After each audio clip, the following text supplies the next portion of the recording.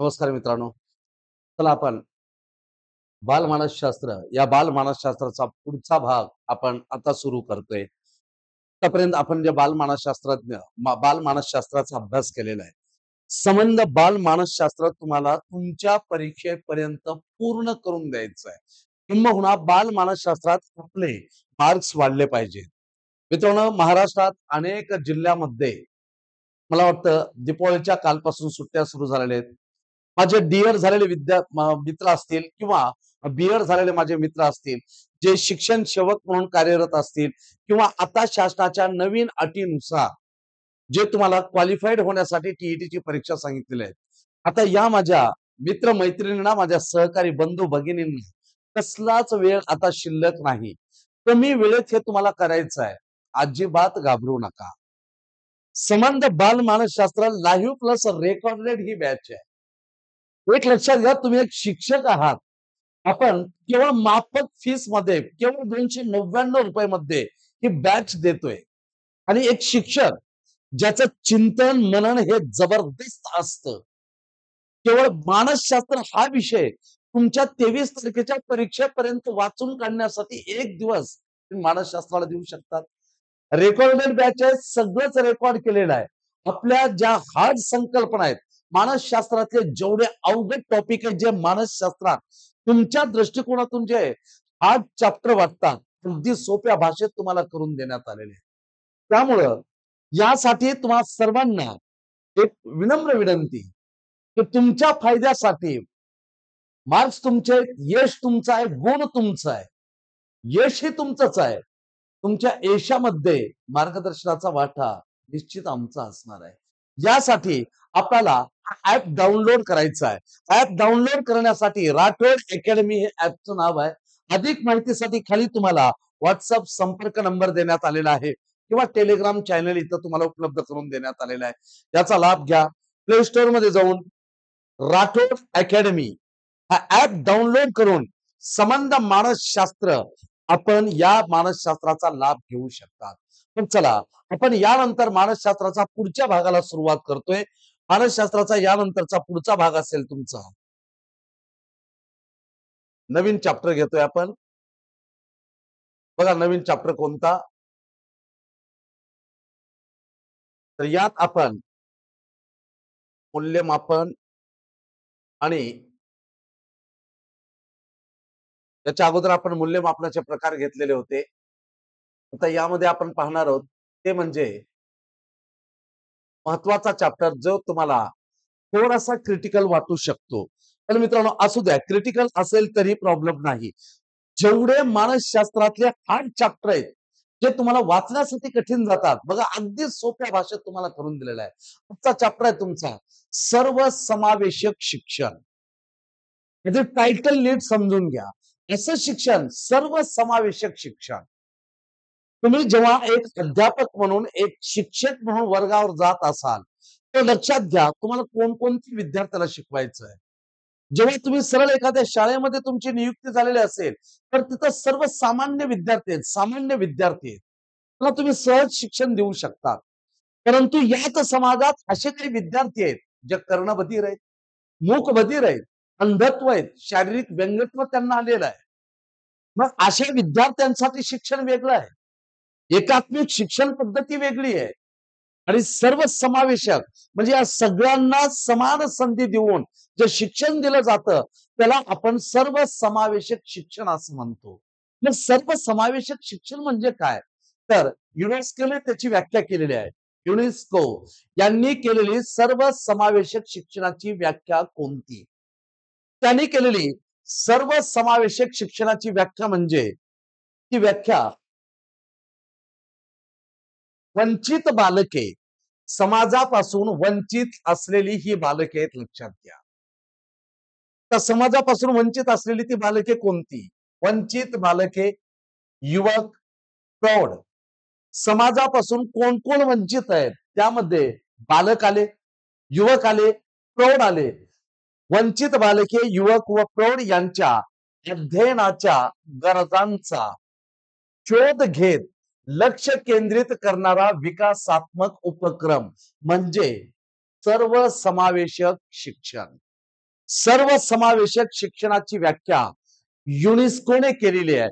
युनेस्कोच्या अर्थानुसार किंवा युनेस्कोच्या म्हणण्यानुसार सर्वसमावेशक समाजात जेवढे स्तर आहेत, जेवढे समाजामध्ये विद्यार्थी असतील, जे वंचित बालक आहेत, आता वंचित कोणाला म्हणायचं? कर्णबधीर, मूकबधीर, अंधत्व, शारीरिक व्यंग्यत्व आलेले असतील किंवा शरीराच्या दृष्टिकोनातून, शारीरिक दृष्टिकोनातून जे नेहमी आजारी असतात, ज्यांच्या लक्षात खूप काही राहू शकत नाही, या सगळ्यांना एकत्रित करून जे तुम्हाला शिक्षण द्यायचं आहे, त्या शिक्षणाला आपण सर्वसमावेशक शिक्षण म्हणतो. मग सर्वसमावेशक शिक्षणाची व्याख्या नेमकी कोणती? सर्वसमावेशक शिक्षणाची व्याख्या युनेस्कोने केलेली ती व्याख्या बघा. वंचित बालके, युवक, प्रौढ, तीनही घटक, समाजातले हे तिन्ही घटक आले. बालक, युवक, प्रौढ यांच्या अध्ययनाच्या गरजांचा, त्यांना नेमकं कोणतं अध्ययन, कोणतं शिक्षण द्यायचं आहे, त्यावेळी त्यांना कोणत्या शिक्षणाची गरज आहे, अध्ययनाच्या गरजांचा शोध घ्या आणि शोध घेत लक्ष केंद्रित करणारा त्यांचा विकास व्हावा, असा विकासात्मक उपक्रम म्हणजे काय? सर्वसमावेशक शिक्षण होय. आता खाली बघा काय सांगितले. सर्वसमावेशक शिक्षणाचा लक्ष गट कोणता? म्हणजे याचा अर्थ काय लक्षात घ्या. जे सर्वसमावेशक तुम्ही शिक्षण देतात त्या शिक्षणाचा लक्ष गट कोणता? कशावर त्याने विशेष भर दिलेला आहे? सर्वसमावेशक शिक्षणामध्ये विशेष भर कशावर देण्यात आलेला आहे? त्यांनी टार्गेट कोणत्या गटासाठी केलेलं आहे? नंबर 1, सर्वसमावेशक शिक्षणामध्ये लक्ष किंवा टार्गेट कुणाला केलेलं आहे? पहिलं, मानसिक आजारी बालके. जे मानसिक दृष्टिकोनातून आजारी असलेली बालके आहेत, त्यांच्यावर त्यांनी विशेष भर दिलेला आहे. त्यानंतर दृष्टीबाधित बालके, ज्यांना डोळ्याला नीटसं दिसू शकत नाही, हा एक अंधत्वाचा प्रकार, त्या बालकासाठी. तिसरं, अध्ययन अकार्यक्षम बालके. तुम्ही खूप काही शिकवून जातात, पण त्या बालकाला काहीच समजत नाही. ते विद्यार्थी अध्ययन करतात, ते शिकतायत, पण अकार्यक्षम आहेत. शिकण्यासाठी ते अकार्यक्षम बालके आहेत. त्यानंतर नंबर 4, कर्णबधीर बालके. मेंदूचा पक्षाघात असलेली बालके, म्हणजे मेंदूला पूर्णपणे पक्षाघात झालेला आहे किंवा लकवा मारलेला असेल. त्यानंतर मतिमंद बालके, यांना लवकर काही समजू शकत नाही. आणि त्यानंतर अस्थिव्यंग बालके, शारीरिक दृष्ट्या अपंग असलेले. आणि स्वमग्न बालके, स्वतःच्याच गुंगीत असलेली बालके. सर्वसमावेशक शिक्षणाच्या अगोदर आपल्याला व्याख्या क्लिअर झाली. सर्वसमावेशक शिक्षणाने या शिक्षणामध्ये कोणकोणत्या बालकांचा समावेश होतो ते पहा. सर्वसमावेशक शिक्षण म्हणजे काय? युनेस्कोने केलेली ती व्याख्या बघा. वंचित बालके, युवक, प्रौढ यांना अध्ययनाच्या गरजाचा शोध घेऊन लक्ष केंद्रित करणारा त्यांच्यासाठीचा विकासात्मक उपक्रम म्हणजे सर्वसमावेशक शिक्षण. मग सर्वसमावेशक शिक्षणामध्ये नेमकं कोणती बालके येतात? सर्वसमावेशक शिक्षणाचे लक्ष्य गट कोणते? टार्गेट कोण आहेत? विशेष भर कोणाला देण्यात आलेला आहे? तर विशेष भरामध्ये पहिले मानसिक आजारी बालके, दुसरे दृष्टीबाधित बालके, अध्ययन अकार्यक्षम बालके, चौथं कर्णधार बालके, ज्यांना ऐकू येऊ शकत नाही, मेंदूचा पक्षाघात असलेली बालके, म्हणजे ज्यांना काही जरी सांगितलं तर काही लक्षात राहू शकत नाही, मतिमंद बालके, त्यानंतर अस्थिव्यंग बालके आणि स्वमग्न बालके, ते सर्वसमावेशक शिक्षणाचा लक्ष गट म्हणून ओळखला. इथं काय लक्षात घेतोय आपण? स्वतंत्र चॅप्टर घेतोय, सर्वसमावेशक शिक्षण. सर्वसमावेशक शिक्षणाच्या अगोदर तुम्ही व्याख्या बघितला. त्यानंतर सर्वसमावेशक शिक्षणामध्ये विशेष भर कोणत्या बालकांना दिलेला आहे? तर अशा 8 प्रकारच्या बालकांना टार्गेट करण्यात आलेला विशेष भर त्यांना देण्यात आलेला आहे. आता यानंतरचा पुढचा भाग काय असेल बघा. पुढचा भाग तुम्हाला इथं 3 शिक्षणातला फरक सांगण्यात आलेला. 3 शिक्षण, तीनही शिक्षणातला फरक. त्यातलं पहिलं आहे विशेष शिक्षण कोणाला द्यायचं, त्यानंतर एकात्म शिक्षण आणि त्याच्यानंतर सर्वसमावेशक शिक्षण. मित्रांनो, शिक्षणाचे इथं तुम्हाला 3 प्रकार सांगण्यात आलेले आहेत. शिक्षणाचे 3 प्रकार कोणते? शिक्षणाचे 3 प्रकार. पहिलं विशेष शिक्षण, दुसरं एकात्म शिक्षण आणि तिसरं सर्वसमावेशक शिक्षण. आता इथे आपल्याला काय बघायचं आहे ते लक्षात घ्या. या तिन्ही शिक्षणात कोणता फरक जाणवतो? विशेष शिक्षण कोणाला द्यायचं, एकात्म शिक्षण कोणाला द्यायचं आणि सर्वसमावेशक शिक्षण कोणाला द्यायचं?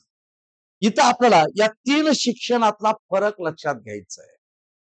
तिन्ही शिक्षणात कोणता फरक आहे किंवा पुढे या तिन्ही शिक्षणात मुद्दे मात्र एकच असणार आहेत. शिक्षण विशेष शिक्षण असो, शिक्षण एकात्म शिक्षण असो किंवा शिक्षण समावेशक असो, विशेष, एकात्म आणि सर्व समावेशक शिक्षण असो, यामध्ये तुम्हाला तिन्ही शिक्षणात मुद्दे एकसारखेच असणार आहेत. उदाहरणार्थ, आता इथं शाळा हा मुद्दा घेतलेला आहे. शाळा, विशेष शिक्षणात शाळा कशी असते? एकात्म शिक्षण आणि सर्वसमावेशक शिक्षण. शाळा हा एक घटक या तिघांनाही कसा लागू होतो आणि या तिन्ही शिक्षणातल्या शाळा कशा असतात याबद्दल आपल्याला विशेष माहिती बघायची. बघा आता, विशेष शिक्षण, एकात्म शिक्षण, सर्वसमावेशक शिक्षण किंवा समावेशक शिक्षण. पहिला मुद्दा आपल्याला सांगता येईल शाळा. विशेष शिक्षणामध्ये शाळा कोणासाठी? जे विद्यार्थी मूकबधीर, अंध व कर्णबधीर आहेत. विशेष शिक्षण या विद्यार्थ्यांना दिलं जातं. विशेष शिक्षण कोणत्या विद्यार्थ्यांसाठी असतं? मूकबधीर, अंध आणि कर्णबधिरांच्या शाळा ह्या वेगळ्या असतात. तर एकात्म शिक्षण तुम्ही कोणाला द्यालात? सामान्य मुलाबरोबर विशेष गरजा असणाऱ्या मुलांना तुम्हाला शिक्षण द्यायचं आहे. एकात्म शिक्षणाच्या शाळा कोणत्या? विशेष शिक्षण. विशेष शिक्षणामध्ये तुम्ही कोणत्या मुलांना शिक्षण देऊ शकतात? विशेष शिक्षणामध्ये तुम्ही कर्णबधीर, मूकबधीर, अंध असलेल्या विद्यार्थ्यांना तुम्ही शिक्षण देऊ शकता. म्हणजे विशेष शिक्षणाच्या शाळा कुणासाठी? शाळा हा घटक. विशेष शिक्षणाच्या शाळा कर्णबधीर, मूकबधीर आणि अंध व्यक्तीसाठी, अंध विद्यार्थ्यांसाठी असतात. तर एकात्मिक शिक्षणाच्या शाळा कोणासाठी असतात? एकात्मिक शिक्षणाच्या शाळा सामान्य बुद्धिमत्ता असलेली मुलं, सामान्य मुलाबरोबर विशेष गरजा असणाऱ्या मुलांना शिक्षण देणाऱ्या या शाळा आहेत. एकात्म शिक्षणाच्या शाळा कुणाला? सामान्य मुलाबरोबर विशेष गरजा असणाऱ्या मुलांना शिक्षणाची संधी एकात्म शिक्षणाच्या शाळा देतात. तर इकडे बघा, समावेशक शिक्षण. समावेशक शिक्षणासाठी कोणत्या शाळा असतात आणि या शाळा कोणाला प्रवेश देतात?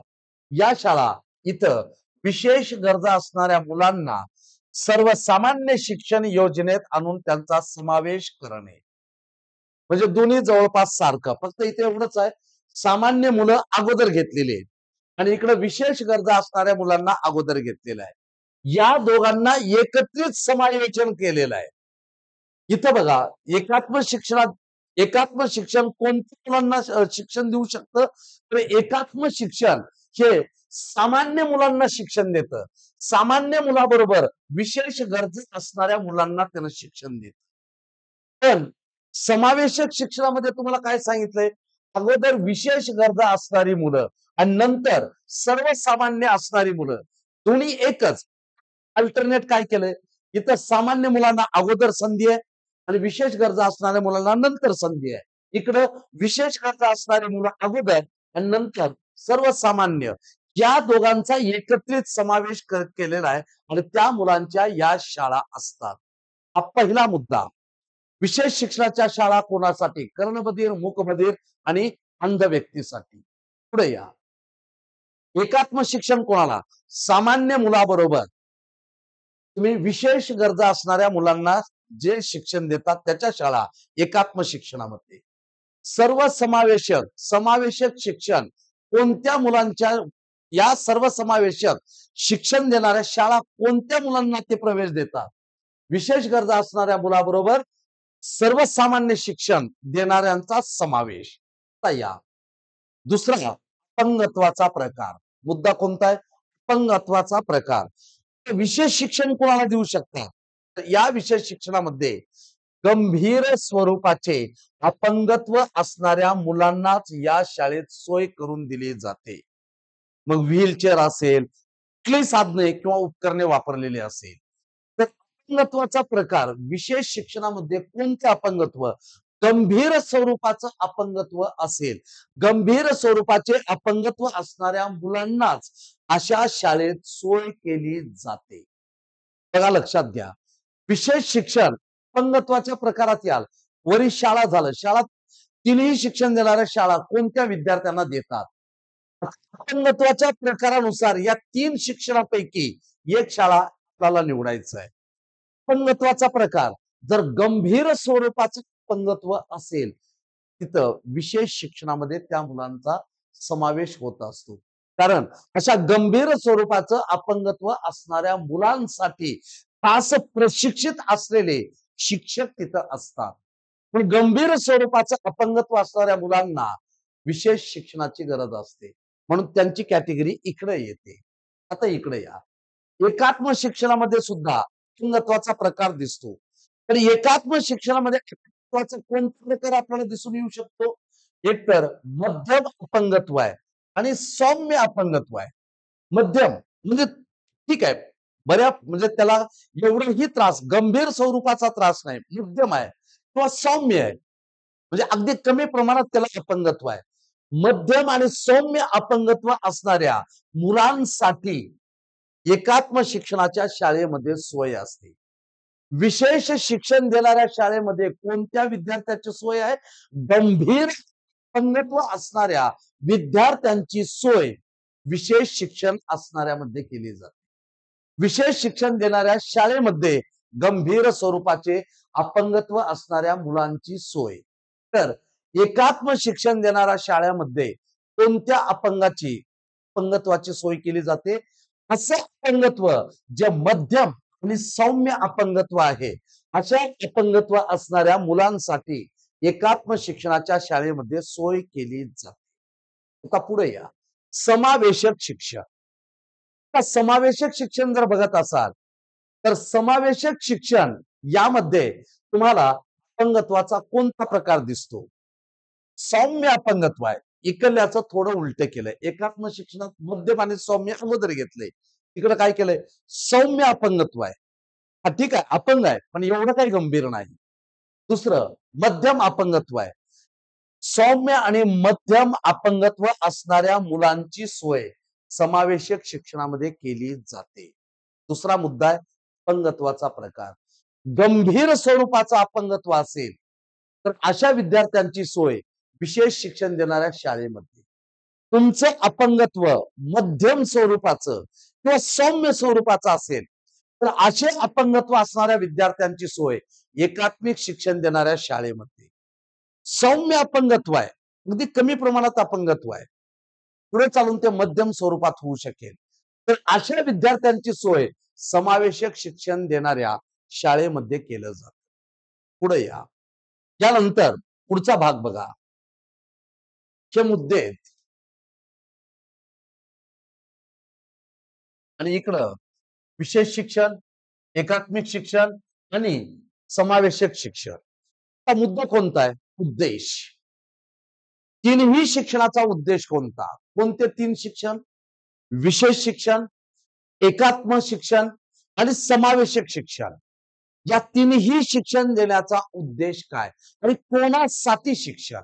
बघा, उद्देश मध्ये विशेष शिक्षण या मुलांना सर्वसामान्य मुलाबरोबर आणणे. कोणत्या मुलांना? विशेष शिक्षणात कोणती मुलं आली? मूकबधीर, कर्णबधीर, मूकबधीर, कर्णबधीर आणि अंधत्व ज्या विद्यार्थ्यांना आलेलं आहे, अशा मुलांना सर्वसामान्य मुलांबरोबर आणणे हा या शाळेचा उद्देश असतो. विशेष शिक्षणाचा उद्देश मूकबधीर, कर्णबधीर, अंधत्व असलेल्या विद्यार्थ्यांना सामान्य मुलाबरोबर आणणे हा या विशेष शिक्षणाचा उद्देश. तर एकात्म शिक्षणाचा उद्देश कोणता? जे अपंगत आहेत, अपंगांना सर्वसामान्य विद्यार्थ्याबरोबर संधी उपलब्ध करून देणे. कारण एकात्म शिक्षणामध्ये मूक बधीर, कर्ण बधीर आणि अंधत्व विद्यार्थी येत नसतात. तर एकात्मिक शिक्षणामध्ये मध्यम अपंगत्व असणारे किंवा सौम्य अपंगत्व असणाऱ्या विद्यार्थ्यांचा समावेश होतो. म्हणून जे अपंग विद्यार्थी आहेत, अपंग विद्यार्थ्यांना सर्वसामान्य विद्यार्थ्याबरोबर शिक्षणाची संधी उपलब्ध करून देणे. अपंग विद्यार्थ्यालाही आणि जो अपंग नाही अशा दोन विद्यार्थ्यांना दोघांनाही समान संधी उपलब्ध करून देणे एकात्म शिक्षणाचा उद्देश आहे. तर तिसरं समावेशक शिक्षण. आता समावेशक शिक्षणामध्ये तुम्ही कोणाचा उल्लेख करू शकता? समावेशक शिक्षणामध्ये सर्वसामान्य मुलांच्या शाळेत प्रवेश देणे. कोणाला? इथून जर विद्यार्थी सुधारला तर तो इथं आला, जिथून तो इकडे येईल. सर्वसामान्य मुलांच्या शाळेत प्रवेश देणे. सौम्य अपंगत्व असेल तर बिनधास्त सर्वसामान्य मुलासोबत त्याला प्रवेश तुम्ही देऊ शकतात. हा उद्देश समावेशक शिक्षणाचा. त्यानंतरचा घटक आहे सोयी सुविधा. विशेष शिक्षणामध्ये विद्यार्थ्यांना कोणत्या सोयी सुविधा दिल्या जातात? एकात्म शिक्षणामध्ये कोणत्या सुविधा पुरवठा केल्या जातात? किंवा समावेशक शिक्षणामध्ये कोणत्या सुविधा पुरवठा करून दिल्या जातात? हा बघा, सोयी सुविधा. सोयी सुविधा कोणत्या विद्यार्थ्याला? विशेष शिक्षणात 3 प्रकारचे विद्यार्थी, कर्णबधीर, मूकबधीर, अंधत्व अशा विद्यार्थ्यांसाठी विशेष साधने व उपकरणे आणि प्रशिक्षित शिक्षक, प्रशिक्षित शिक्षकासह अशा विद्यार्थ्यांना विशेष साधने, ऐकू येण्यासाठी विशेष साधने, दिसण्यासाठी त्यांना दिसत नसतील तर त्यासाठी काही उपकरणं किंवा साधने, विशेष साधने, प्रशिक्षित शिक्षकासह विशेष साधने, उपकरणे, प्रशिक्षित शिक्षक या सोयी या सुविधा विशेष शिक्षणामध्ये पुरवल्या जातात. पण या सुविधा कुणासाठी? मूकबधीर, कर्णबधीर, अंधत्वासाठी. पुढे या. एकात्म शिक्षणामध्ये कोणत्या सोयी आणि कोणत्या सुविधा असतात? तर यामध्ये तुम्हाला बघा, विशेष म्हणजे तुम्हाला एकात्म शिक्षणामध्ये विशेष साधने आहेत, उपकरणे आहेत आणि विशेष खोल्या आहेत. म्हणजेच तुम्हाला विशेष इथं प्रसाधने, विशेष सुविधा, साधने, उपकरणे म्हणजे इथं काय? विशेष प्रशिक्षित शिक्षक, विशेष प्रशिक्षित शिक्षक, विशेष साधने आणि उपकरणे आणि विशेष खोल्या एवढ्या सुविधा सोयी तुम्हाला एकात्म शिक्षणात पुरवल्या जातात. इथं विशेष शिक्षणामध्ये तुम्हाला काय कोणत्या सुविधा आहेत? प्रशिक्षित शिक्षक, विशेष साधने, उपकरणे. एकात्म शिक्षणामध्ये विशेष प्रशिक्षित शिक्षक, विशेष साधने, उपकरणे आणि विशेष खोल्या. इकडं खोल्या नाहीत पण इकडं खोल्या वाढवण्यात आल्या. आता इकडं बघा, समावेशक शिक्षणामध्ये कोणत्या सोयी आणि कोणत्या सुविधा असतात? तर विशेष उपकरणे, साधने व प्रशिक्षित शिक्षक आहेत. त्याच शिक्षकांना ते ट्रेनिंग दिलेले असतात. म्हणजे सांगण्याचा उद्देश काय? या तिन्ही शिक्षणात कोणत्या सोयी आणि कोणत्या सुविधा असतात? विशेष उपकरणे, विशेष साधने आणि प्रशिक्षित शिक्षक. तिन्ही ठिकाणी तिन्ही शिक्षण घेताना आपल्याला त्या गरजेच्या वाटू लागतात. पुढे या. शिक्षक, या तिन्ही शिक्षणासाठी कोणते शिक्षक नियुक्त केले जातात किंवा कोणत्या शिक्षकाला त्या अर्थानं तिन्ही ठिकाणी आपण नियुक्ती पत्र देतो. विशेष शिक्षणासाठी कोणते शिक्षक अपॉइंट केले जातात किंवा नियुक्त केले जातात? तर विशेष शिक्षणासाठी खास प्रशिक्षित शिक्षक असतात. कर्णबधीर, मूकबधीर आणि अंधत्व ज्या विद्यार्थ्यांना प्राप्त झालेलं आहे अशा विद्यार्थ्यांसाठी खास ट्रेनिंग घेतलेले शिक्षक, प्रशिक्षित शिक्षक तिथं नियुक्त केले जातात. कर्णबधीर मुलांना कसं शिकवावं त्याचं ट्रेनिंग दिलेले शिक्षक असतात. किंवा त्यांना अंधत्व आलेलं असेल, अंधत्व आलेल्या विद्यार्थ्यांना कसं शिकवायचं याचे ट्रेनिंग दिलेले शिक्षक, कर्णबधीर, मूकबधीर किंवा अंधत्व अशा विद्यार्थ्यांना कसं शिक्षण द्यावं याची खास ट्रेनिंग दिलेले शिक्षक विशेष शिक्षणामध्ये असतात. तर एकात्म शिक्षणामध्ये कोणत्या शिक्षकांचा इथं नियुक्ती केली जाते किंवा कोणत्या शिक्षकांना इथं अपॉइंट केलं जातं? विशेष प्रशिक्षण घेतलेले शिक्षक. यात कोणते असणार आहेत? अपंग विद्यार्थी आहेत. मध्यम अपंगत्व आलेले किंवा सौम्य अपंगत्व आलेले विद्यार्थी आहेत. तर अशा विद्यार्थ्यांना प्रशिक्षण कसं द्यावं? अशा विद्यार्थ्यांना प्रशिक्षणासाठी विशेष प्रशिक्षण घेतलेले शिक्षक तिथं नियुक्त केले जातात. तर समावेशक शिक्षणामध्ये सर्वसामान्य शिक्षकांनाच प्रशिक्षण दिले जाते. इथं तुम्हाला वेगळा शिक्षक नियुक्त करायची गरज नाही. सर्वसमावेशक सगळेच एकदाच ते विद्यार्थी सर्व समावेशक आहेत. अशा वेळी तुम्हाला इथे वेगळा शिक्षक अपॉइंट करायची गरज नाही. सर्वसामान्य शिक्षकांनाच तुम्ही प्रशिक्षण देऊ शकता आणि सर्वसामान्य शिक्षकांना प्रशिक्षण देऊन तुम्ही त्या विद्यार्थ्यांपर्यंत त्यांना मार्गदर्शन तुम्ही या शिक्षकामार्फत करू शकता. बघा, विशेष शिक्षणात कोणते शिक्षक खास कर्णबधिर, मूकबधिर आणि अंध विद्यार्थ्यांना मार्गदर्शन आणि त्यांना शिकवू शकतील असं खास ट्रेनिंग घेतलेले शिक्षक नियुक्त केले जातात. एकात्म शिक्षणामध्ये अशा विद्यार्थ्यांसाठी विशेष जे प्रशिक्षण असतं, विशेष प्रशिक्षण घेतलेले शिक्षक नियुक्त केले जातात.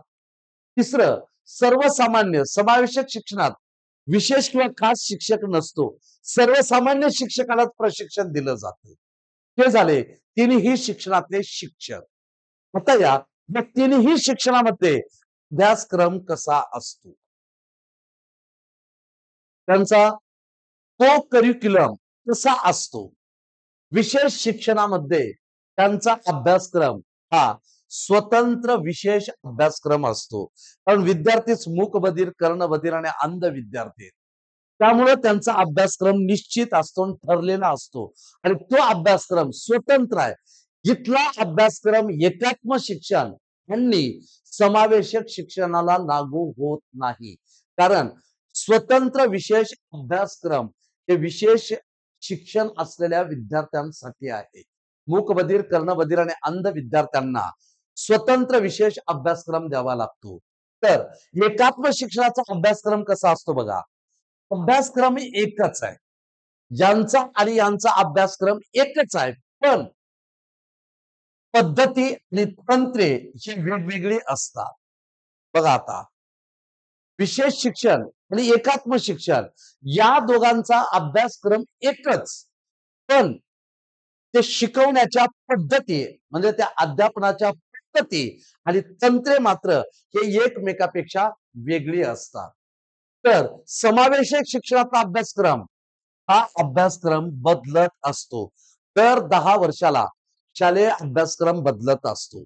पण इकडं बदलत नाही. एकात्म शिक्षण आणि विशेष शिक्षणामध्ये अभ्यासक्रम बदलत नाही. कारण त्या विद्यार्थ्यांच्या त्याच गरजा आहेत, त्या स्वतंत्र अभ्यासक्रम म्हणून ओळखल्या जातात. म्हणून जर तुम्ही समावेशक शिक्षणामध्ये येत असाल तर समावेशक शिक्षणामध्ये या दोघांच्या अभ्यासक्रमाचा संबंध येत नाही. इथला अभ्यासक्रम हा बदलत असतो. कुठला? समावेशक शिक्षणामधला. तर इथं या अध्यापन पद्धती, तिन्ही शिक्षणातल्या अध्यापन पद्धती कशा असू शकतात? विशेष शिक्षणाच्या अध्यापन पद्धती कोणत्या? किंवा एकात्म शिक्षण विद्यार्थ्याला द्यायचं आहे तर हे शिक्षण देण्याची आपली अध्यापन पद्धत कोणती? हल्ली समावेशक शिक्षण द्यायचं आहे तर समावेशक शिक्षण कसं शिकवायचं त्याच्या अध्यापन पद्धती. शिक्षण 3 प्रकारचे. या तिन्ही प्रकारच्या शिक्षणामध्ये अध्यापन पद्धती कोणत्या वापरायच्या? कोणत्या अध्यापन पद्धतीच्या माध्यमातून आपण तिन्ही प्रकारचं शिक्षण विद्यार्थ्यांना समजेल असं देऊ शकतो? विशेष शिक्षण असलेले जे विद्यार्थी आहेत त्यांच्यासाठी कोणत्या अध्यापन पद्धती वापरायच्या? विशेष शिक्षणात जी अध्यापन पद्धत वापरतात ना त्यासाठी अगोदर विद्यार्थ्यांचा वयोगट लक्षात घ्या. कर्णबधिर मुलांचा वयोगट, मूकबधिर मुलांचा वयोगट, अंधत्व प्राप्त असलेल्या मुलांचा वयोगट, त्या वयोगटाच्या वैशिष्ट्यानुसार अध्यापन पद्धतीचा वापर केला जातो. हे विशेष विद्यार्थी आहेत लक्षात घ्या. त्या विशेष विद्यार्थ्यांसाठी तुम्हाला कोणती अध्यापन पद्धत वापरायचं आहे? जर कर्णबधीर, मूकबधीर आणि अंध विद्यार्थी असतील तर त्या गटाच्या वैशिष्ट्यानुसार तुम्हाला अध्यापन पद्धती वापरायची. कारण गटानुसार वैशिष्ट्य, गटानुसार जर तुम्ही अध्यापन पद्धती वापरत असाल तर त्याचा त्या विद्यार्थ्यांना फायदा होऊ शकेल. एकात्म शिक्षणामध्ये कोणत्या अध्यापन पद्धती वापराल? तर एकात्म शिक्षणामध्ये विषय केंद्रित पद्धती व तंत्राचा वापर. विषय केंद्रित, विद्यार्थ्यांना विषय नीट कळला पाहिजे. अभ्यासक्रम विद्यार्थ्यापर्यंत गेला पाहिजे. विषय केंद्रित पद्धती आणि विषय केंद्रित पद्धती बरोबर टेक्निक, तंत्रांचा वापर करा. बघा परत अध्यापन पद्धती, तिन्ही शिक्षणातल्या अध्यापन पद्धती वेगवेगळ्या दिसत आहेत. जर विशेष शिक्षणातले अध्यापन बघितलात तर त्या गटाच्या वैशिष्ट्यानुसार, त्या गटाचं वैशिष्ट्य म्हणजे काय? मूकबधीर या गटाचं वैशिष्ट्य, कर्णबधीर या गटाचं वैशिष्ट्य, अंध विद्यार्थी या गटाचं वैशिष्ट्य, या गटाच्या वैशिष्ट्यानुसार तुम्ही तुमच्या अध्यापन पद्धती वापरतात. कर्णबधीर मुलांसाठी जे तंत्र वापरलात, जो अभ्यासक्रम वापरला तो मूकबधीराला नाही, मूकबधिराचा अंधासाठी नाही. त्या गटाच्या वैशिष्ट्यानुसार तुम्ही विशेष शिक्षणात अध्यापन पद्धती वापरू शकतात. एकात्म शिक्षणामध्ये तुम्ही काय करू शकतात? विषय केंद्रित पद्धती, विद्यार्थी केंद्रित नाही किंवा शिक्षक केंद्रित सुद्धा नाही. विषय महत्वाचा, विषय केंद्रित पद्धत व तंत्राचा वापर हाच तिथला अभ्यासक्रम. तर समावेशक शिक्षणामध्ये तुम्ही कोणता अध्यापन पद्धती वापरा? तर समावेशक शिक्षणातला अभ्यासक्रम हा विद्यार्थी केंद्रित असतो आणि ज्ञान रचनावादी पद्धतीचा वापर असतो. सर्व समावेशक शिक्षण, समावेशक शिक्षण पद्धती ही विद्यार्थी केंद्रित असते. अभ्यासक्रमच असा निवडला जातो की अगोदर पहिलं प्राधान्य विद्यार्थ्यांना दिलं जातं. एकात्म शिक्षणामध्ये विषय केंद्रित प्राधान्य आहे आणि विषय केंद्रित असून तंत्राचा वापर तुम्हाला करायचा आहे. समावेशक शिक्षण सगळ्यांचा समावेश झालेला आहे. या समावेशक शिक्षणामध्ये समावेशक शिक्षणातला अभ्यासक्रम हा विद्यार्थी केंद्रित असतो आणि ज्ञान रचनावादी पद्धती असतात. जे काही शिकवायला ते विद्यार्थ्याला ते ज्ञान प्राप्त झालं पाहिजे. म्हणून समावेशक शिक्षण पद्धतीतला अभ्यासक्रम हा विद्यार्थी केंद्रित व ज्ञान रचनावादी पद्धत म्हणून ओळखला जातो. आता इकडे या, या तिन्ही शिक्षणामध्ये अध्ययन कसं असतं, शिक्षण कसं असतं, कोणत्या अध्ययनावर आपल्याला विशेष भर द्यावा लागतो? विशेष शिक्षण, एकात्म शिक्षण आणि समावेशक शिक्षण या तिन्ही शिक्षणामध्ये कोणत्या प्रकारचं अध्ययन असेल, कोणत्या प्रकारच्या अध्ययनावर आपल्याला भर द्यावा लागतो? बघा आता, जर विशेष शिक्षण असेल तर वैयक्तिक अध्ययनावर भर दिला जातो. विशेष शिक्षणात प्रत्येक विद्यार्थी वेगळा आहे. तो जर कर्णबधीर असेल तर जेवढे कर्णबधीर आहेत एकेकावर त्यांना लक्ष द्यावं लागतं. कर्णबधीर, मूकबधीर, अंधत्व तिन्ही कॅटेगरीचे विद्यार्थी आहेत. तर या तिन्ही कॅटेगरीच्या विद्यार्थ्यापैकी एका विद्यार्थ्यावर आपल्याला लक्ष केंद्रित करावं लागतं. म्हणजे विशेष शिक्षणामध्ये वैयक्तिक अध्ययनावर सर्वाधिक भर दिला जातो. तेच बघा एकात्मिक शिक्षणात या, एकात्मिक शिक्षणामध्ये सामूहिक अध्ययनावर भर दिला जातो. इथं एक विद्यार्थी किंवा एका विद्यार्थ्यावर तुम्ही फोकस करायची गरज नाही. एका विद्यार्थ्यावर तुम्हाला लक्ष केंद्रितपणा करायची गरज नाही. तर एकात्मिक शिक्षणामध्ये सामूहिक अध्ययनावर भर दिली जाते. विशेष शिक्षणामध्ये वैयक्तिक अध्ययनावर भर दिली जाते. तर एकात्मिक शिक्षणामध्ये सामूहिक अध्ययनावर भर दिली जाते. तर समावेशक शिक्षणामध्ये वैयक्तिक अध्ययनावर भर दिली जाते. म्हणजेच अध्ययन प्रक्रिया, अध्ययन हा घटक तिन्ही शिक्षणामध्ये कसा वापरला जातो? विशेष शिक्षण आणि समावेशक शिक्षण यामध्ये जे अध्ययन आहे ते अध्ययन म्हणजे वैयक्तिक अध्ययनावर भर देणार. तर एकात्मिक शिक्षणामध्ये सामूहिक अध्ययनावर विशेष भर दिला जातो. यानंतरचा भाग बघा, सहभाग. तीन प्रकारची आपली शिक्षण पद्धती आहे, तीन प्रकारची आपली शिक्षण प्रणाली आहे. सहभाग, विशेष शिक्षणात, एकात्मिक शिक्षणात आणि समावेशक शिक्षणात सहभाग कोणाचा असतो, कोणाला सहभागी केले जाते. यामध्ये जे कोणी सहभागी होतात, विशेष शिक्षणामध्ये जे कोणी सहभागी होतात त्यांना मर्यादित संधी असते. अनेक विद्यार्थ्यांना एकदाच प्रवेश दिला जात नाही. जे कोणी सहभागी होणार असतात त्यांना मर्यादित संधी असते. सहभागाची संधी मर्यादित असते.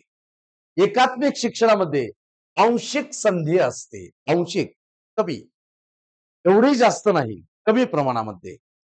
इथं मर्यादित आहे, इथं खूप कमी आंशिक संधी असते. ज्या विद्यार्थ्यांचा सहभाग तुम्हाला विशेष शिक्षणात करायचा आहे, अशी मर्यादित संधी असलेला सहभाग. आंशिक संधी कोणासाठी? तर एकात्मिक शिक्षणामध्ये ज्याला कोणाला सहभाग घ्यायचा आहे त्यांना संधी आंशिक असते. तर समावेशक शिक्षणाकडे या. समावेशक शिक्षणामध्ये सगळ्यांनाच समान संधी असते. जे कोणी समावेशक शिक्षण घेत असतील, समावेशक शिक्षणामध्ये जे कोणी सहभागी होत असतील त्यांना संधी कशी आहे? समान संधी आहे. एकात्मिक शिक्षणामध्ये आंशिक संधी आहे. तर विशेष शिक्षणामध्ये तुम्हाला मर्यादित संधी देण्यात आलेली आहे. हा झाला सहभाग. त्यानंतर संबंध. यानंतरचा मुद्दा येईल तुमचा संबंध नावाचा मुद्दा. तर याबद्दल आपण थोडीशी माहिती बघणार आहोत. संबंध कोणाकोणाचे तीन प्रकारची शिक्षण पद्धती आहे.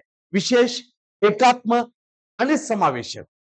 त्या तीन प्रकारची जर तुम्ही शिक्षण पद्धती बघत असाल, या तिन्ही प्रकारच्या शिक्षण पद्धतीमध्ये कोणत्या विद्यार्थ्याचा एकमेकासोबत संबंध येत असतो. जर विशेष शिक्षणाकडे तुम्ही फोकस करत असाल, विशेष शिक्षणामध्ये कोणत्या विद्यार्थ्यांचा संबंध येतो? ते विद्यार्थी सर्वसामान्य मुलाशी संबंध येत नाही. या विद्यार्थ्याचा आणि सर्वसामान्य विद्यार्थ्यांचा अजिबात संबंध येत नाही. कारण विशेष शिक्षणातले विद्यार्थी मूकबधीर आहेत, कर्णबधीर आहेत, अंधत्व प्राप्त झालेले आहेत, तर ते अपंगत्व प्राप्त झालेले आहेत. तर असे अपंगत्वासाठी तर आपण पूर्णतः या तिन्हीकडे आपण त्यांना गुरफटलेलं आहे. जे गंभीर स्वरूपाचं अपंगत्व आहे, कर्णबधीर आहे, मूकबधीर आहे, अंधत्व प्राप्त झालेलं आहे, अशा विद्यार्थ्यांचा संबंध सर्वसामान्य मुलाशी येत नाही. म्हणजे विशेष शिक्षणामध्ये जे मुलं आहेत त्या मुलांचा संबंध सर्वसामान्य मुलांसोबत येत नाही. तर आंशिक. आता त्यानंतर एकात्म शिक्षण. तर या एकात्म शिक्षणामध्ये जे मुलं आहेत त्यांचा संबंध कुणासोबत येतो? सर्वसामान्य अपंग मुलांचा सारखा संबंध येतो. आणि दोन्ही मुलं एकत्रित आलेली आहेत. एकात्म शिक्षणामध्ये दोन प्रकारची मुलं आलेली आहेत. एक सर्वसामान्य मुलांचा गट आहे आणि दुसरं अपंग मुलांचा. अपंग मुलं, पण इथले अपंग मुलं गंभीर स्वरूपाची नाहीत, मध्यम आणि सौम्य स्वरूपाचे अपंगत्व आलेले आहेत. म्हणून एकात्म शिक्षणामध्ये कोणत्या विद्यार्थ्यांचा संबंध येतो? तर ते विद्यार्थी सर्वसामान्य आणि अपंग, सर्वसामान्य आणि अपंग मुलांचा सारखा संबंध एकात्मिक शिक्षणामध्ये येतो. तर समान काय तुमच्या समावेशक शिक्षणामध्ये कोणत्या विद्यार्थ्यांचा संबंध येतो? जे विद्यार्थी सर्वसामान्य आणि अपंग आहेत, म्हणजे हे सारखं. एकात्मिक शिक्षण आणि समावेशक शिक्षणामध्ये विद्यार्थी सारखे. सर्वसामान्य विद्यार्थी व अपंग मुलांचा, या दोघांचा संबंध इथे येत असतो. परत लक्षात घ्या, पण आता काय बघितलंय? त्याचे तीन प्रकारची शिक्षण पद्धती आपण विद्यार्थ्यांना देतोय. त्या विद्यार्थ्यांच्या वर्गवारीनुसार आपण हे विद्यार्थ्यांना शिक्षण देतोय. विशेष शिक्षण ज्या विद्यार्थ्यांना तुम्ही दिला, तर विशेष शिक्षण ज्या विद्यार्थ्यांना तुम्ही दिला त्यामध्ये कोणत्या विद्यार्थ्यांचा संबंध येतो? सर्वसामान्य मुलासोबत या विद्यार्थ्यांचा संबंध येत नाही. एकात्म शिक्षणामध्ये सर्वसामान्य मुलं आणि अपंग मुलं या दोघांचा सारखा संबंध येत असतो. समावेशक शिक्षणामध्ये सुद्धा सर्वसामान्य मुलं आणि अपंग असलेली मुलं यांचा संबंध येत असतो. यानंतरचा मुद्दा बघा, महत्व. या तीनही शिक्षणामध्ये सर्वाधिक महत्व कोणी कोणाला दिलेलं आहे? विशेष शिक्षणामध्ये जास्त महत्व कोणाला देण्यात आलं? एकात्म शिक्षणामध्ये सर्वाधिक महत्व कोणाला देण्यात आलं? आणि समावेशक शिक्षणामध्ये सर्वाधिक महत्व कोणाला देण्यात आलं? बघा, जर विशेष शिक्षण असेल तर विशेष शिक्षणामध्ये अध्ययनाला विशेष महत्व देण्यात आलेलं आहे. अध्ययन शिक्षणाला विशेष महत्व देण्यात आलेलं आहे. विशेष शिक्षण जे विद्यार्थी घेतात त्या विद्यार्थ्यांना या पद्धतीमध्ये जास्त भर किंवा अधिक महत्व कुणाला देण्यात आले? अध्ययनाला विशेष महत्व देण्यात आले. तर एकात्म शिक्षणामध्ये अध्यापनाला विशेष महत्व देण्यात आलं. अध्ययन म्हणजे शिकणे. विशेष शिक्षणामध्ये शिक्षणाला अधिक महत्व आहे. एकात्म शिक्षणामध्ये शिकवण्याला महत्व आहे. अध्यापन म्हणजे शिकवणे. अध्यापनाला विशेष महत्व आहे. म्हणजे इथं विद्यार्थ्याला विशेष महत्व देण्यात आलेलं आहे. इथं अध्यापकाला, शिक्षकाला विशेष महत्व देण्यात आलेलं आहे. कारण विद्यार्थी अध्ययन करत असतो म्हणून विशेष शिक्षणामध्ये अध्ययनाला विशेष महत्व देण्यात आलेलं आहे. एकात्म शिक्षणामध्ये शिक्षक हा अध्यापन करत असतो आणि यामध्ये अध्यापनाला विशेष महत्व देण्यात आलेलं आहे. त्यानंतर समावेशक शिक्षणामध्ये अध्ययनालाच विशेष महत्व देण्यात आलेलं आहे. 3 शिक्षण पद्धती तुम्ही बघतात, त्या 3 शिक्षण पद्धतीमध्ये विशेष महत्व कोणाला देण्यात आलं? विशेष शिक्षण आणि समावेशक शिक्षण यामध्ये अध्ययनाला, शिक्षणाला अधिक महत्व देण्यात आलेलं आहे. तर एकात्मिक शिक्षणामध्ये अध्यापनाला जास्त महत्व देण्यात आलेलं आहे. याचा अर्थ ज्याला अध्यापन करतो तो शिक्षक असतो आणि एकात्मिक शिक्षणामध्ये शिक्षक हा केंद्रीभूत असतो. शिक्षक हा महत्वाचा घटक समजला जातो. त्यानंतर लवचिकता. या तीनही शिक्षणामधली पण लवचिकता चेक करू शकता. तीनही शिक्षण लवचिकतेच्या बद्दल कसे असू शकतात? तर लवचिकता नीट पाहू शकतात. विशेष शिक्षण लवचिक आहे का? हो. विशेष शिक्षण लवचिकता असते. विशेष शिक्षणामध्ये लवचिकता असते. ताठर किंवा ती स्थिर असू शकत नाही. काही वेळा तिला फ्लेक्सिबल व्हावं लागतं. काही वेळा तिला लवचिक व्हावं लागतं. म्हणजेच दुसरी गोष्ट लक्षात घ्या, की विशेष शिक्षणामध्ये लवचिकता असते का? हो. विशेष शिक्षणामध्ये लवचिकता असते. विद्यार्थ्यांच्या वैशिष्ट्यानुसार ती लवचिकता स्वीकारावी लागते. आता एकात्म शिक्षणामध्ये बघा, एकात्म शिक्षणामध्ये लवचिकता आहे का? शिक्षणाची कृतीबद्ध पद्धत ठरलेली असते. म्हणजे लवचिकता नाही. यामध्ये एकात्म शिक्षण घेणारे जे विद्यार्थी आहेत, त्या विद्यार्थ्यांच्या शिक्षणाची कृतीबद्ध पद्धत आधीच ठरलेली असते. त्यात तुम्हाला बदल करता येत नाही. म्हणजेच शिक्षणाची कृतीबद्ध पद्धत ठरलेली असते. त्यामुळं हे एकात्मिक शिक्षण लवचिक असते असं म्हणता येणार नाही. पण समावेशक शिक्षण 100% लवचिकता असतेच. सर्वसामान्य विद्यार्थी आणि विशेष गरजा असणारे विद्यार्थी. त्यामुळं काही ठिकाणी तुमचं शिक्षण हे लवचिक असलं पाहिजे. विशेष शिक्षण आणि समावेशक शिक्षण या दोघांमध्ये लवचिकता दिसून येते.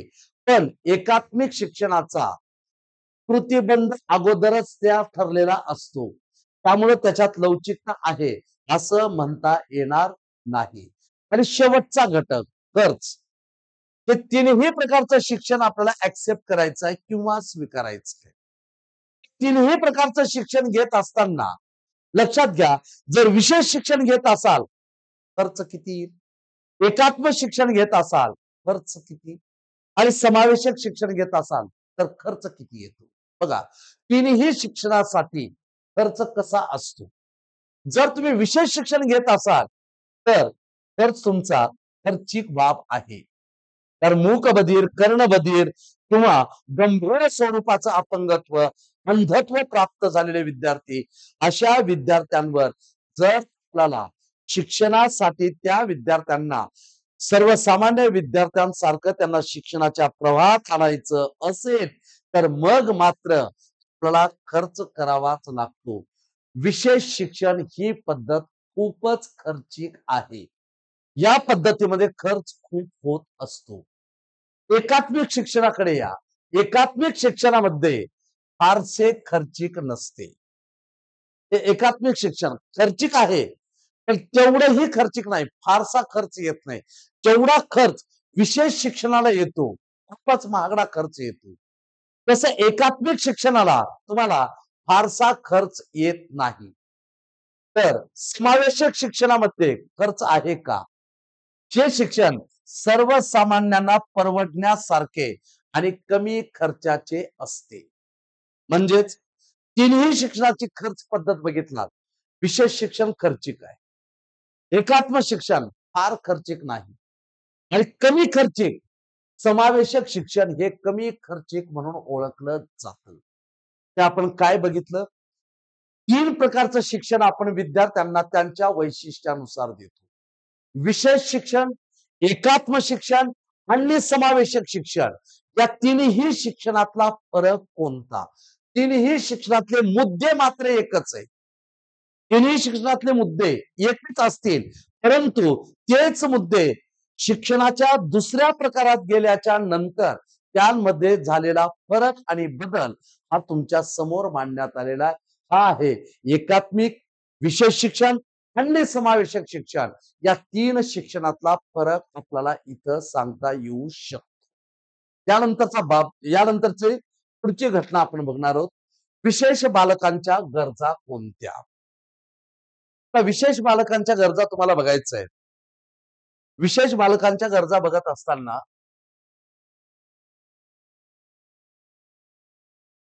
एक मिनिट थोडंसं टेक्निकल झालं. हां. तर विशेष बालक कोणाला म्हणायचे? आता हा स्वतंत्र मुद्दा आहे. याच्या अगोदरचा आपण मुद्दा कोणता बघितला? सर्वसमावेशक शिक्षण म्हणजे काय? ज्याची व्याख्या युनेस्कोने केलेली होती. मग आपण 3 प्रकारचं शिक्षण विद्यार्थ्यांना द्यायलो. त्या 3 प्रकारच्या शिक्षणामधला आपण फरक सुद्धा बघितला. 3 प्रकारचे शिक्षण कोणते? विशेष शिक्षण, एकात्म शिक्षण, समावेशक शिक्षण. तिन्हीतला फरक आपण बघितला. आता समाजात असे काही विद्यार्थी आहेत, ज्या विद्यार्थ्यांना त्यांच्या गरजा शिक्षणाच्या विशेष गरजा आहेत. तर विशेष बालकांच्या गरजा कोणत्या? ते बालकच विशेष आहेत. त्यांच्या गरजा कोणत्या? विशेष बालकांच्या गरजा कोणत्या? तर त्या अगोदर आपण हा मुद्दा शिकण्याच्या अगोदर विशेष बालकांच्या गरजा हा मुद्दा शिकण्याच्या अगोदर आपण काय करूया? या विशेष बालकांच्या गरजांचे वर्गीकरण करू. म्हणजे विशेष बालकांचे अगोदर आपण वर्गीकरण करू. विशेष बालकांचे वर्गीकरण तुम्हाला 3 भागात करता येते. ते 3 भाग कोणते? त्यातला पहिला बौद्धिक पातळीनुसार विशेष बालकांचे वर्गीकरण. आता बौद्धिक पातळी म्हणजे काय? बौद्धिक पातळी विद्यार्थ्यांची बौद्धिक पातळी सर्व समान आणि सगळ्यांची सारखी असते असं नाही. बौद्धिक पातळीनुसार विशेष बालकांचं वर्गीकरण. आता बौद्धिक पातळीमध्ये कोणती मुलं येतात? अलौकिक बुद्धिमत्ता असणारी मुले. दुसरं मंद बुद्धी किंवा मतिमंद बुद्धी असलेली बालके. आणि तिसरं अध्ययन अक्षमता असणारी मुले. बघा, प्रत्येक विद्यार्थ्याच्या बौद्धिक क्षमतेच्या पातळीनुसार आपण विशेष बालकांचं वर्गीकरण करतोय. विशेष बालकांचं वर्गीकरण 3 स्तरात करता येतं. मग हे 3 स्तर कोणते? बौद्धिक पातळी, बौद्धिक पातळीनुसार बालकांचं वर्गीकरण, शारीरिक पातळीनुसार त्या बालकांचं वर्गीकरण आणि सामाजिक व सांस्कृतिक पातळीनुसार. अशा 3 पातळीनुसार आपण विशेष बालकांचं वर्गीकरण केलेलं आहे. विशेष बालकांच्या वर्गीकरणात पहिला घटक आहे बौद्धिक पातळी. विद्यार्थ्यांच्या बौद्धिक पातळीनुसार आपण विद्यार्थ्यांचं 3 प्रकारात वर्गीकरण केलेलं आहे. अलौकिक मुले म्हणजे कुशाग्र प्रतिभाशाली मुले त्यांना म्हणतात अलौकिक मुले. त्यानंतर मंद बुद्धी असलेली मुले आणि त्यानंतर अध्ययन अक्षमता असणारी मुले. म्हणजे अभ्यास त्यांना त्यांच्याकडे ती कुवत किंवा ॲबिलिटीच नाही अशी मुले. ही बौद्धिक पातळी झाली. त्यानंतर दुसरी पातळी शारीरिक पातळीनुसार विशेष बालकांचे वर्गीकरण. आता शारीरिक पातळीनुसार विशेष बालकांचे वर्गीकरण 2 भागात. एक अस्थिव्यंग्यता असणारी म्हणजे अपंगत्व, कुठं हाडं मोडलेली असतील, कुणाचं कानाचं हाड मोडलेलं असेल, कुणाचे हाताचे हाड मोडलेले असतील, कुणाचे पायाचे हाड मोडलेले असतील. तर शारीरिक व्यंग्यत्व, शारीरिक पातळीनुसार विशेष बालकांचे वर्गीकरणात पहिला अस्थि व्यंग्यता, दुसरं शारीरिक किंवा प्रकृती दृष्ट्या नेहमी आजारी पडणारे, सतत सतत आजारी पडणारे, शारीरिक दृष्ट्या कमजोर असलेले, शारीरिक दृष्ट्या ते कमजोर आहे, शारीरिक दृष्ट्या कमजोर असलेले आणि सारखं सारखं आजारी असणारी बालक, ही शारीरिक पातळीनुसार या बालकांचं वर्गीकरण दोन भागात होतं. आणि तिसरा भाग आहे तो म्हणजे सामाजिक आणि सांस्कृतिक पातळीनुसार, म्हणजे समूहामध्ये मिसळून असताना तो तिथलं नेतृत्व कसं करतो, असं वर्गीकरण. तर मूळ मुद्दा लक्षात घ्या. आपण विशेष बालकांबद्दल जर माहिती बघत असाल तर विशेष बालकांचं वर्गीकरण 3 पातळ्यामध्ये करावं. विशेष बालकांचं वर्गीकरण हे आपण 3 पातळ्यावर करू शकतो. 3 पातळ्या कोणत्या? विद्यार्थ्यांच्या बौद्धिक पातळीनुसार वर्गीकरण, विद्यार्थ्याच्या शारीरिक पातळीनुसार वर्गीकरण, सामाजिक आणि सांस्कृतिक पातळीनुसार विद्यार्थ्यांचं वर्गीकरण. बौद्धिक पातळीमध्ये 3 स्तर: कुशाग्र बुद्धिमत्तेची मुले किंवा प्रतिभावंत मुले किंवा अलौकिक मुले. दुसरं मंद बुद्धी किंवा मतिमंद असलेली मुले आणि अध्ययन अक्षमता असणारी मुले. हे बौद्धिक पातळीनुसार केलेल्या मुलांचे वर्गीकरण. शारीरिक पातळीमध्ये अस्थिव्यंग्यता आणि प्रकृतीदृष्ट्या नेहमी आजारी असणारी मुले. हे आहेत विशेष बालकांचे वर्गीकरण. अशा 3 भागात तुम्हाला करता येते. आता बघा, अलौकिक बुद्धिमत्ता ज्या विद्यार्थ्यांना मिळालेली आहे, अलौकिक बुद्धिमत्ता प्राप्त केलेल्या विद्यार्थ्यांना दुसऱ्या कोणत्या नावाने ओळखलं जातं? अलौकिक मुले कोणाला म्हणतात? अलौकिक मुले कुशाग्र बुद्धिमत्तेची किंवा प्रतिभाशाली, प्रचंड बुद्धिमत्ता आहे त्यांची, कुशाग्र बुद्धिमत्ता आहे आणि प्रतिभाशाली आहेत, इतरांवर प्रभाव टाकणारे आहेत. म्हणजेच अलौकिक हा एक शब्दच नाही. अलौकिक मुलांना दुसऱ्या कोणत्या नावाने ओळखलं जातं? अलौकिक मुले, कुशाग्र बुद्धिमत्तेची मुले आणि प्रतिभाशाली मुले म्हणून त्यांना ओळखली जातात. मग कुशाग्र, प्रतिभाशाली किंवा अलौकिक बुद्धिमत्तेची मुलं, त्या मुलांना ओळखण्याची वैशिष्ट्य कोणती? कसं ओळखायचं? की वर्गात बसलेले हे मुलं अलौकिक आहेत, कुशाग्र बुद्धिमत्तेचे आहेत, प्रतिभाशाली आहेत. या मुलांची लक्षणं आपल्याला दिसून येतात. कुशाग्र किंवा प्रतिभाशाली मुलांचे वैशिष्ट्य कोणते? तर ही मुलं ठळकपणे इतरांपेक्षा वेगळे दिसतात. बघा, तुम्हाला त्यातला एक एक पॉइंट बाजूला काढून दिलेला आहे. कुशाग्र किंवा प्रतिभाशाली मुलं कसं ओळखायचं? तर ही मुले, या मुलांचा बुद्धिमत्तेचा उच्च जो स्तर आहे, बुद्धिमत्तेचा उच्च स्तर, या मुलांचा बुद्ध्यांक 140 पेक्षा जास्त असतो. ज्या विद्यार्थ्यांचा बुद्ध्यांक 140 पेक्षा जास्त असतो ते अलौकिक बुद्धिमत्तेची, कुशाग्र बुद्धिमत्तेची मुलं असतात. ज्या मुलांचा बुद्ध्यांक 20 पेक्षा कमी आहे ते निबुद्धी असतात, बुद्धीच नाही. 80 पेक्षा खाली अवरेज नुसार.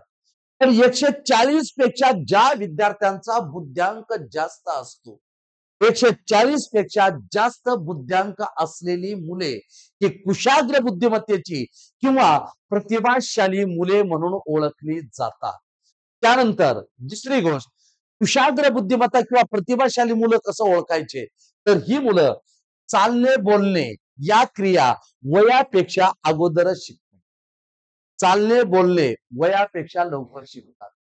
त्यांच्या बरोबरची जी मुलं असतात ना, त्यांच्या बरोबरच्या मुलापेक्षा अगोदरच ही मुलं चालणे बोलणे लवकर शिकतात.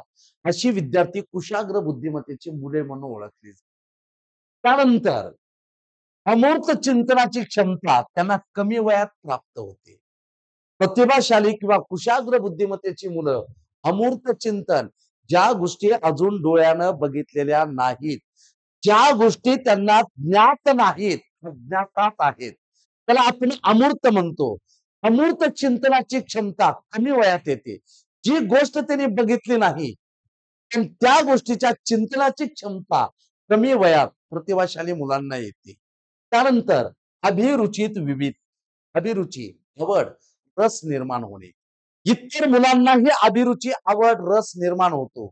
परंतु प्रतिभाशाली जे मुलं असतात, कुशाग्र बुद्धिमत्तेची जी मुलं असतात, अशा मुलांची अभिरुची, आवड निर्माण, विविधता असते. ते एकाच गोष्टीमध्ये इंटरेस्ट घेत नाहीत.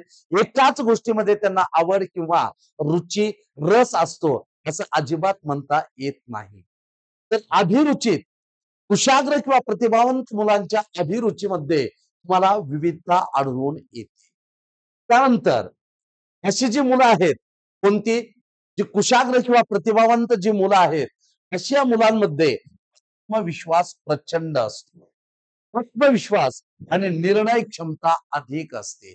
इतर मुलापेक्षा प्रतिभाशाली मुलांमध्ये कॉन्फिडन्स, आत्मविश्वास आणि डिसिजन एबिलिटी, निर्णय क्षमता इतर मुलांपेक्षा अधिक असते. त्यानंतर जे प्रतिभाशाली किंवा कुशाग्र बुद्धीची मुलं असतात, ही मुलं भावनिक दृष्ट्या संतुलित असतात. भावनेच्या आहारी ते जात नाहीत. भावनिक दृष्टीने त्या संतुलित राहू शकतात. आणि विशेष म्हणजे प्रतिभाशाली किंवा कुशाग्र बुद्धिमत्ता असलेली जी मुलं आहेत, त्या मुलांकडे अजून वेगळ्या गोष्टी काय असतात. तर अशी मुलं कशी ओळखायची? अशा मुलांकडे विनोद बुद्धी अधिक असते. त्याचबरोबर हे विद्यार्थी चौकस असतात, जिज्ञासू, वयाच्या मानाने भाषिक कौशल्य त्यांच्याकडे अधिक असतात. आपल्या वयाचीच मुले त्यांच्या समोर तुम्ही घेऊन जा. आपल्याच वयाची मुले जर त्यांच्याकडे तुम्ही घेऊन जात असाल, तर इतर मुलांपेक्षा प्रतिभाशाली किंवा अलौकिक मुलांकडे विनोद बुद्धी इतरांपेक्षा अधिक असतात. असे विद्यार्थी इतर मुलापेक्षा जास्त चौकस असतात, जिज्ञासू असतात. आणि विशेष म्हणजे अशा विद्यार्थ्यांमध्ये त्यांच्या वयाच्या मानाने भाषिक कौशल्य त्यांना अधिक असते. विशेष म्हणजे प्रतिभाशाली किंवा अलौकिक जी मुलं असतात, आव्हानात्मक समस्यांना सामोरं जायला या विद्यार्थ्यांना आवडत नसतं. हे आहेत कुशाग्र, अलौकिक किंवा प्रतिभाशाली विद्यार्थ्यांची लक्षणे आपल्याला सांगता येतात.